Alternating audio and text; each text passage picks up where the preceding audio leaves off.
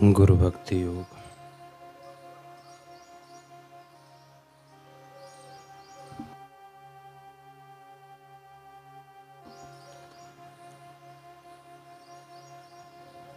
अध्यात्म मार्ग तीक्ष्ण धार वाली तलवार का मार्ग है। जिसको इस मार्ग का अनुभव है, ऐसे गुरु की अनिवार्य आवश्यकता है।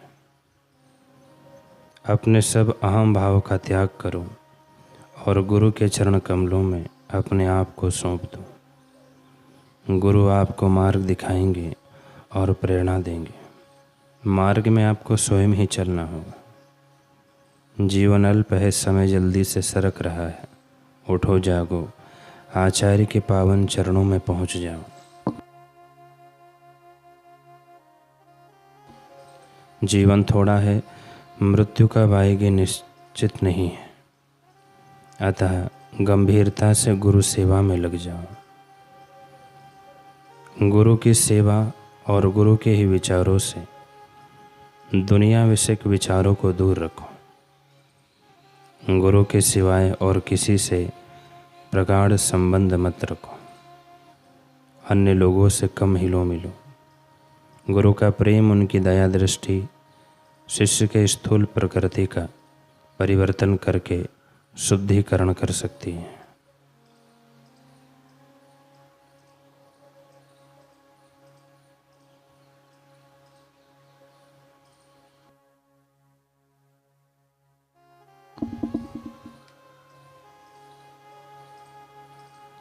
जीवन के परम तत्व रूपी वास्तविकता के संपर्क का रहस्य गुरु भक्ति है।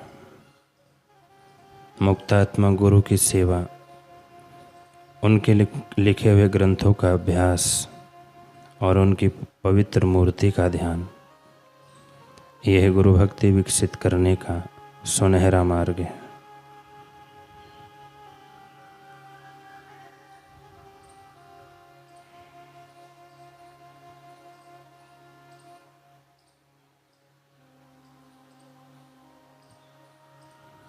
एक भक्त ने प्रश्न किया कि हे गुरुदेव, गुरुदेव का दरबार तो सत्य का दरबार होता है, पर कभी कभी इस दरबार में भी पक्षपात क्यों होता दिखता है?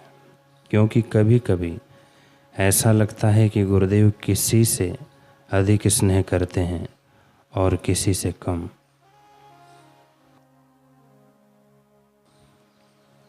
गुरुदेव उत्तर देते हैं, एक बार एक डॉक्टर के पास 3 मरीज आए। तीनों के पेट में भयंकर दर्द हो रहा था। वे पीड़ा से तड़प रहे थे। डॉक्टर ने एक एक करके तीनों का चेकअप किया। पहले मरीज को दवाइयाँ लिख कर दे दी और कहा, सुबह शाम एक एक गोली पानी के साथ 3 दिन तक लेना, तुम बिल्कुल ठीक हो जाओगे। दूसरे मरीज को तुरंत इंजेक्शन लगाया और कहा, चिंता मत करो, थोड़ी ही देर में आराम हो जाएगा। अब तीसरे की बारी आई थी। उसका चेकअप करने के बाद डॉक्टर ने सीरियस होते हुए कहा, आपको तो एडमिट होना पड़ेगा। मरीज ने कहा, क्यों? डॉक्टर बोले, आपके पेट का ऑपरेशन करना होगा। मरीज गुस्से में आया, अजीब डॉक्टर है, आप अपने पैसे के साथ बेईमानी करते हैं। मैंने देखा कि मुझसे पहले 2 और मरीज पेट दर्द की शिकायत लेकर ही आए थे। आपने उनमें से एक को बस दवाइयाँ खाने को कहा, दूसरे को इंजेक्शन लगा दिया। अब मुझ बेचारे का ऑपरेशन करने पर तुले हो। यह पक्षपात क्यों है? डॉक्टर ने कहा, ये बताइए कि डॉक्टर मैं हूँ या आप हो? मरीज, यकीनन आप ही हो। फिर देखने में भला ही आप तीनों के एक ही रोग के लक्षण हों, पर मैं जानता हूँ कि इन बाहरी लक्षणों के पीछे कौन सा रोग कारण बना हुआ है। मुझे तो उस रोग को जड़ से हटाना है। ठीक इसी प्रकार गुरु भी एक वैद्य होते हैं। हमारे शास्त्रों में कहा गया है, सद्गुरु वेद वचन विश्वासा। शिष्य को अनमोल सीख दी गई है कि सद्गुरु रूपी वैद्य के प्रत्येक वचन पर विश्वास रखो, उसमें तुम्हारा कल्याण है। हम तो यह भी नहीं जानते कि हमारे मन को, चित्त को कौन कौन से रोग लगे हुए हैं। फिर यह जान पाना तो बिल्कुल ही असंभव है कि उनका उपचार कैसे होगा। दूसरी ओर गुरु को देखें, उनसे तो शिष्य का कोई मानसिक व आत्मिक रोग छिपा नहीं रहा। वे न केवल उन रोगों के ज्ञाता हैं बल्कि उन रोगों के उपचारक भी हैं। जिस शिष्य का जैसा रोग होता है वह वैसा ही उपचार देते हैं। साथ यह भी ध्यान रखते हैं कि उनका शिष्य कितनी भारी मात्रा सहन कर सकता है।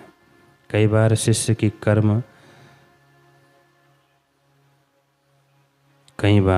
की कम सहन शक्ति के कारण बहुत हल्की मात्रा में डोज दिया जाता है, पर तब उपचार लंबा चलता है। सो हम गुरु के कार्य क्षेत्र में अपनी छोटी सी बुद्धि द्वारा हस्तक्षेप करने की भूल न करें। विश्वास रखें कि गुरु को भली प्रकार पता है कि किस शिष्य के साथ कैसा ट्रीटमेंट करना है। कहते हैं कि एक बार एक राजा था, वह अपने न्याय के लिए दूर दूर तक प्रसिद्ध था। उसकी लोकप्रियता सुनकर एक अन्य देश का विद्वान उसके दरबार में पहुंचा। उस दिन राजा को 3 चोरों के बारे में निर्णय लेना था। वह विद्वान अत्यंत उत्सुक था कि राजा कैसे न्याय करेगा।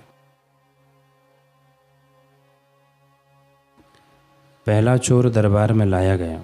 मंत्री ने बताया, महाराज, इस युवा पर एक सेठ के घर चोरी करने का आरोप है।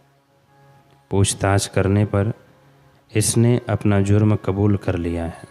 वैसे तो यह बहुत शरीफ घर से है, परंतु गरीबी की मार ने इसे यह पाप करने को मजबूर कर दिया। राजा ने उस युवा चोर की ओर देखा। उसकी नज़रें धरती में गड़ी हुई थी, सिर शर्म से झुका हुआ था, आंखों में आंसू की धार बह रही थी। राजा ने निर्णय सुनाया, इसे छोड़ दिया जाए।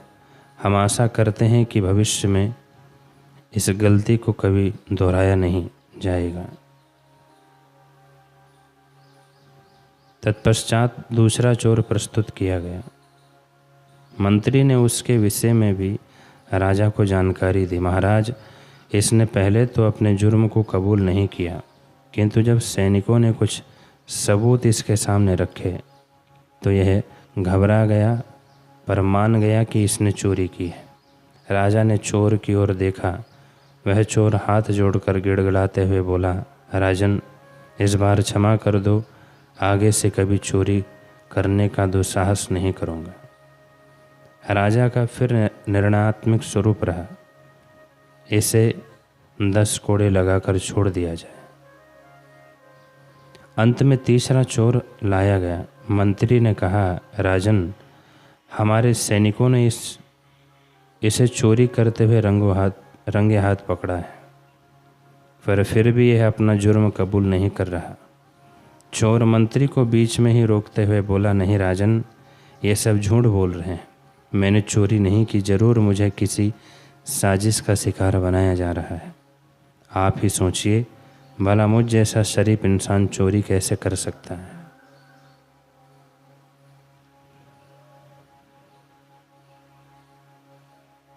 राजा ने कहा, इस चोर को 50 कोड़े लगाए जाए, 1 महीने तक जेल में रखा जाए, फिर गधे पर बिठाकर मुँह काला करके, गले में जूतों की माला डालकर और माथे पर तख्ती टांग कर कि मैं चोर हूँ, पूरे राज्य में घुमाया जाए। ऐसा राजा ने आदेश दिया। दूसरे राज्य से आए हुए वह विद्वान को बड़ी हैरानी हुई। यह कैसा राजा है, न्याय का तो का खा गा भी इसको पता नहीं। एक ही अपराध के लिए इसके संविधान में अलग अलग दंड है। वह मंत्री के पास पहुंचा और प्रश्न किया, आपके महाराज के न्याय की तो दूर दूर तक तूती बोलती है, फिर उन्होंने आज न्याय करते हुए इतना पक्षपात क्यों किया? मंत्री ने मुस्कुराकर कहा, आप 1 महीने तक इस राज्य में रुकने का कष्ट करें, आपको अपने प्रश्न का उत्तर खुद ही मिल जाएगा।